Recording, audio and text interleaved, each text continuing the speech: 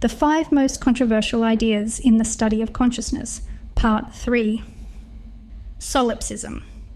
It's just you. Hello, curious humans. This week, we continue our series on the 5 most controversial ideas in the study of consciousness with solipsism.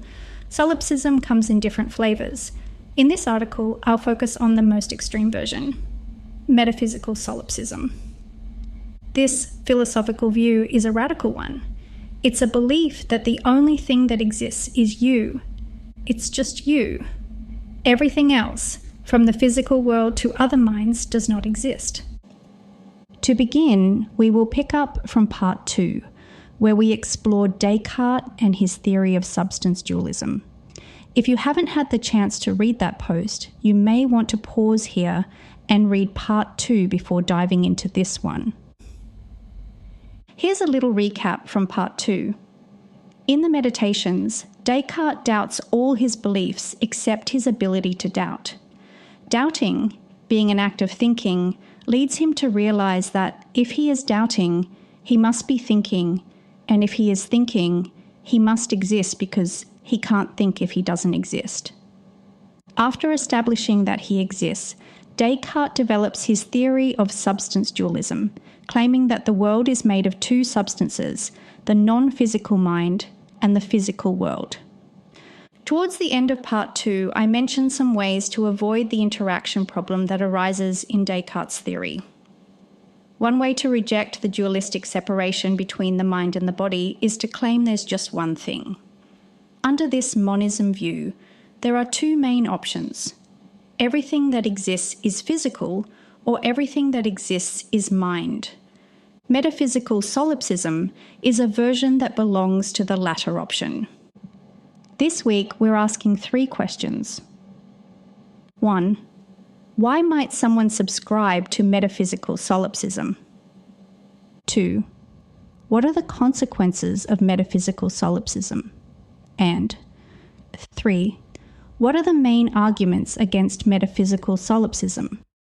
But first, we need to briefly review the distinction between epistemological and metaphysical claims, because this distinction will be important to our discussion. Epistemology.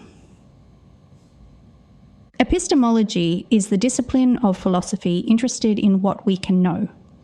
Epistemological claims, therefore, are claims about what we can know and how we come to know it. Metaphysics. On the other hand, metaphysics is the discipline of philosophy interested in what exists. Metaphysical claims are claims about what exists and what it is like. Okay, let's dive in. Question 1. Why might someone subscribe to metaphysical solipsism? René Descartes was a rationalist. For the purpose of this article, the main thing you need to know about rationalists is that they believe there is such a thing as undeniable truths that can be known innately, without any prior observation or experience. So, through the process of reasoning alone, certain facts are self-evident. For instance, a rationalist might argue that the concept of 2 + 2 = 4 represents an undeniable truth about the world, a principle that doesn't require empirical evidence to be validated. The philosophical counterpart to rationalism is empiricism.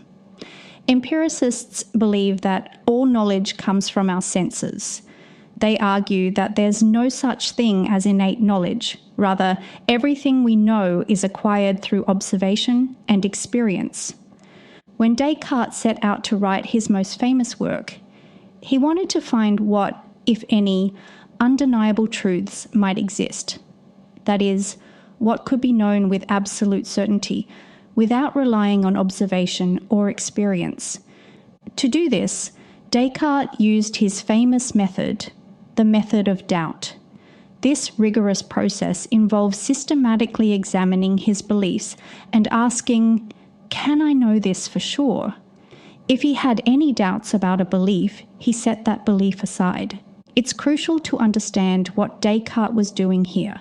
This is where an understanding of the difference between epistemological and metaphysical claims is relevant. When Descartes set a belief aside, he wasn't making a metaphysical claim, he was making an epistemological one. For example, when he set aside his belief in the physical world, he wasn't claiming that the physical world does not exist. Instead, he was questioning what he could be certain about. He made an epistemological claim, that he could not be certain that the physical world existed. When reading Descartes' Meditations, solipsists might arrive at a similar position to Descartes, questioning all beliefs except the belief that one is doubting. But where Descartes eventually adds back his belief in the physical world, metaphysical solipsists never do this. Instead, they adopt an extreme view, denying all information gained from the senses. They completely reject empiricism. Question 2. What are the consequences of metaphysical solipsism? Before we delve into the main arguments against metaphysical solipsism, we must fully grasp the profound consequences of a belief in this view. Embracing metaphysical solipsism means accepting a reality where nothing, absolutely nothing, outside of one's own consciousness exists. This doesn't simply mean we are alone in the world. It asserts an absence of anything physical. There are no other minds and no physical world, not even a universe. If you subscribe to metaphysical solipsism, you can't truthfully say something like, consciousness happens inside my head, because you don't actually have a head. You can't even say that you have a consciousness and I have a consciousness. It's just you. You are consciousness. What you perceive as the external world and other people are in fact just manifestations of you with no basis in reality. All that exists is you as consciousness. Question 3. What are the main arguments against metaphysical solipsism? I want to highlight 4 arguments against metaphysical solipsism. 1. The conflation problem. Metaphysical solipsism makes the error of conflating uncertainty about what exists with non-existence itself. Let's be clear about what metaphysical solipsism is doing here. The solipsist initially makes a claim about knowledge. I cannot be sure that information I gain through my senses is true. But then, from this claim about knowledge, the solipsist makes a claim about what exists. Because I am unsure about the information I gain from my senses, the information I gain from my senses is wrong.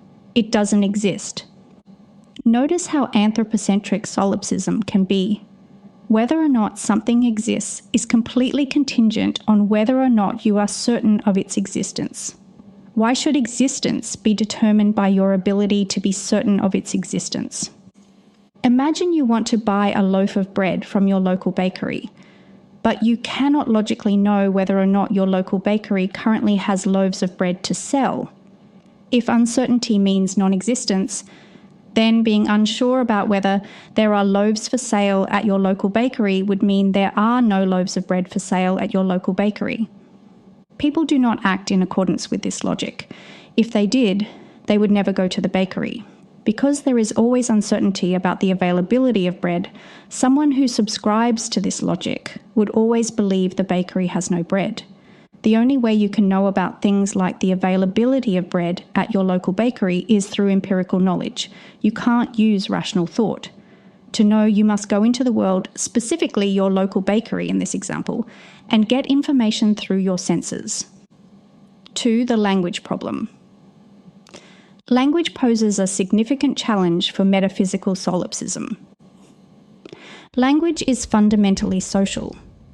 If you are the only existence, what would be the point of language? If it's just you, there seems to be no need to interact with others, because others aren't real, they are just manifestations. Ludwig Wittgenstein, the Austrian philosopher, made similar claims, arguing that having language without shared meanings is impossible. Language requires mutual understanding and interaction. We can't have language without an understanding that we share the same reality, and we cannot have a shared reality in isolation.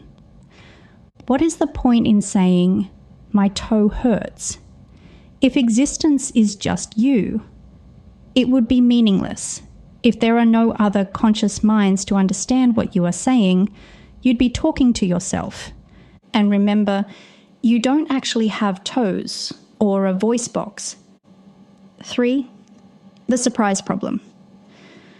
If metaphysical solipsism were true and you are the only thing that exists, then does this mean you are the creator of everything you perceive? One view is, yes, you are God, the creator of all that exists within your consciousness. But this raises a paradox. If you are God, why are you not omniscient? Why do you not know everything? We don't tend to go about acting like we know everything. We experience surprise, learning, and uncertainty, which are experiences that are incompatible with the idea of being a godlike creator. The contradiction within metaphysical solipsism is highlighted in the following joke from Bertrand Russell. As against solipsism, it is to be said in the first place that it is psychologically impossible to believe and is rejected in fact even by those who mean to accept it. I once received a letter from an eminent logician, Mrs. Kristen Ladd Franklin, saying that she was a solipsist and was surprised that there were no others. Coming from a logician and a solipsist, her surprise surprised me. Bertrand Russell, Human Knowledge, Its Scope and Limits. If you were truly the architect of all that exists in your consciousness, why are you surprised by a magic trick? Guess what's behind the wrapping paper of a gift, or even reading this article? If you were God, you would have no concept of the unknown. Everything would be as you intended or understood it to be. But you search Google, read books, and ask your loved ones questions. Why? Because you are not God. 4. The pain problem. Some versions of solipsism believe that the external world and other people in that world are part of a game that was created and designed by you for your personal amusement. In this scenario, you construct a reality complete with the illusion of others and intentionally limit your knowledge to enhance the game's enjoyment. If this is true, we might ask, why design a world like this? Why create a world that includes suffering and horror? What purpose do genocide, childhood diseases, and catastrophic natural disasters play? The sum up. While many find metaphysical solipsism too extreme or absurd to take seriously, others claim that solipsism is a rational conclusion to make when holding certain views about the legitimacy of empiricism. What are your thoughts? Are there any solipists out there? Let me know in the comments. Just kidding. Let yourself know in the comments. When Life Gives You AI is a reader-supported publication. If you enjoyed this post and want to support my work, please consider becoming a free or paid subscriber.